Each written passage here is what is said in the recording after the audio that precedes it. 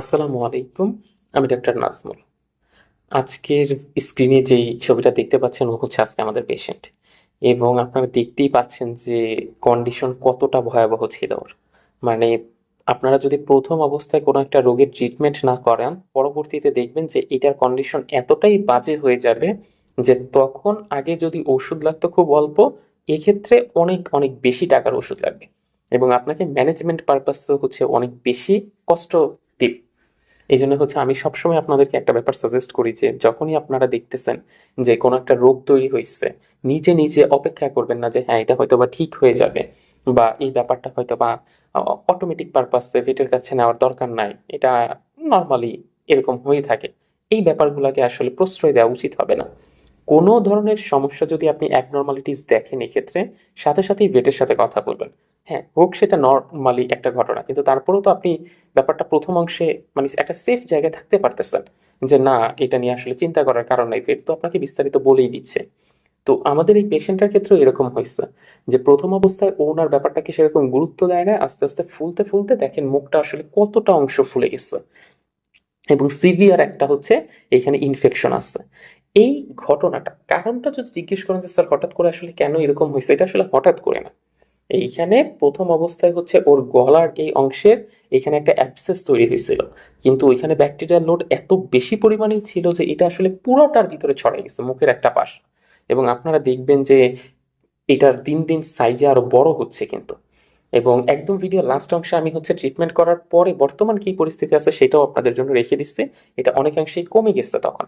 তো প্রাইমারি স্টেজে যেটা আপনাদেরকে বলতেছিলাম যে গলার পাশে সাধারণত একদম প্রথম দিকে দেখবেন যে শক্ত একটা অংশ তৈরি হবে এবং একটা সার্টেন টাইম পরে তখন চাপ দিলে অল্প ব্যথা পাইতেও পারে আবার নাও পাইতে পারে।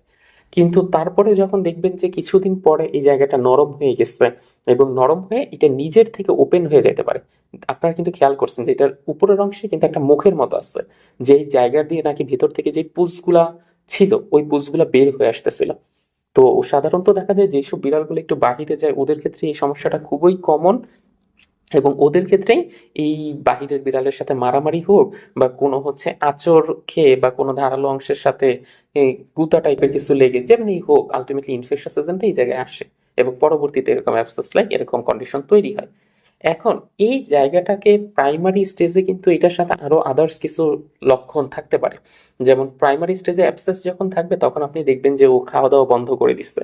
আবার অনেক সময় কমপ্লিকেটেড স্টেজ হিসেবে এটার সাথে টনসিলের যে সমস্যাটা আছে, টনসিলাইটিস যেটাকে আমরা বলি, এ ধরনের সমস্যাও এখানে তৈরি হইতে দেখা যায়। তো এই বিড়ালটার ক্ষেত্রে একদম প্রথম অবস্থায় যখন নিয়ে আসছিল তখন প্রায় ও শুয়ে পড়ছিল। দ্যাট মিনস মানে আর সেরকম নড়াচড়া করতেছিল না, কারণ ওই যে অনেকদিন যাবত ওর এই ট্রিটমেন্টটা হয় নাই। তখন একটা সার্টেন টাইম পর সাথে সাথেই হচ্ছে আমি এখানে কিছু টেস্ট প্লাস আদার্স যে ব্যাপারগুলা এই জিনিসগুলোকে অ্যাভয়েড করে গিয়ে সরাসরি হচ্ছে অ্যান্টিবায়োটিক মেডিসিন ব্যবহার করছে। এখন অ্যান্টিবায়োটিকের ক্ষেত্রে প্রথম অবস্থায় কিন্তু এইসব ক্ষেত্রে আপনি যদি নর্মাল ডোজিং পারপাসে রাখেন সেক্ষেত্রে এইখানে দেখবেন যে কাজটা খুব কম হচ্ছে। এটার যে আলটিমেটলি মানে কমবে না সহজে, কারণ লোড ওই যে ব্যাকটেরিয়াল অনেক বেশি। এই জন্য তখন আপনাকে পাওয়ারফুল অ্যান্টিবায়োটিক একটু লং টাইমের কোর্সে একটু হাই ডোজে আপনাকে এখানে মেনটেন করতে হবে। এখন এই ব্যাপারগুলো তো আর আপনি বুঝতে পারবেন না। এই জন্য আপনার যদি বিড়ালের এরকম সমস্যা হয় প্রথম অবস্থাতেই আমি বলবো রেজিস্টার্ড ভেটের সাথে কনসাল্ট করেন। তারপরে উনি হচ্ছে দেখে শুনে কতগুলা টেস্ট দিবেন, টেস্টগুলা করে ওর বডি কন্ডিশনটাকে জাজ করতে পারবেন যে ওই স্টেজে আসলে ওর বডি কন্ডিশনটা কিরকম আছে। প্লাস ফিজিক্যাল এক্সামিনেশন তো এখানে হচ্ছে। তারপরে আপনি দেখবেন যে আস্তে আস্তে হচ্ছে এই অংশটা ঠিক হয়ে যাচ্ছে। এবং আপনারা দেখলেনই যে প্রায় অনেকটাই কিন্তু কমে গেছে লাস্টের দিকে। আগে যতটা ফোলা ছিল ওর হচ্ছে নড়াচড়া করতে পারতো না, সেই ব্যাপারটা কিন্তু আর পরবর্তীতে ছিল না। কারণ ওই যে মেডিসিনগুলো আমরা টাইমলি দিতে পারছে, একটু লেট হয়েছে ঠিক আছে, বাট টাইমলি যে এখানে দিতে পারছে। আরেকটা ব্যাপার হচ্ছে কি এই টাইমে ওর যেহেতু মুখের অংশটা পুরোটা ফুলে গেছে, ও কিন্তু খাওয়া দাওয়া বন্ধ করে দিতে পারে। তো সেক্ষেত্রে আপনাকে যদি খাওয়া দাওয়া বন্ধ করে দেয় তাহলে তো ও ডিহাইড্রেশনে পড়ে যাবে। প্লাস ইলেকট্রোলাইটসের যে বডিতে একটা ব্যালেন্স আছে সেই ব্যালেন্সটা তো আর তখন বজায় থাকবে না। এই জন্য আপনাকে তখন ওকে হচ্ছে আলাদাভাবে স্যালাইন করতে হবে। তাই ও যেন কোনোভাবেই হচ্ছে ডিহাইড্রেশন বা ইলেকট্রোলাইট ইমব্যালেন্সে না পড়ে এই ব্যাপারটা হচ্ছে আপনাকে ইনশিওর করতে হবে। আর এই টাইমে খাবার হিসেবে আপনাকে একটু সফট বা হচ্ছে জুসি জুসি টাইপের যেই খাবারগুলো আছে এগুলো হচ্ছে প্রোভাইড করতে হবে। আর যেগুলো হচ্ছে ইজিলি ডাইজেস্ট হয়ে যাবে বডিতে, খুব বেশি শক্ত বা হার্ড এ জাতীয় খাবার দেওয়া যাবে না, কারণ এগুলা তো ও দাঁত দিয়ে চাবায় খাইতে পারবে না। এর জন্য হচ্ছে একটু লিকুইড টাইপের খাবারের দিকে আমরা হচ্ছে মুভ করতে সাধারণত পরামর্শ দিই। আর যদি এক্ষেত্রে দেখেন যে খুব বেশি ব্যথা আসছে, সেক্ষেত্রে আপনাকে ভেট ওই ব্যথার ওষুধটাও লিখে দিবেন এবং দেখবেন যে তখন জ্বরটাও হচ্ছে আস্তে আস্তে কমে যাবে। মোস্ট অফ দেম টাইমে এটা কন্ডিশনটা খারাপ হয়ে যায় আসলে জ্বর থাকার কারণে।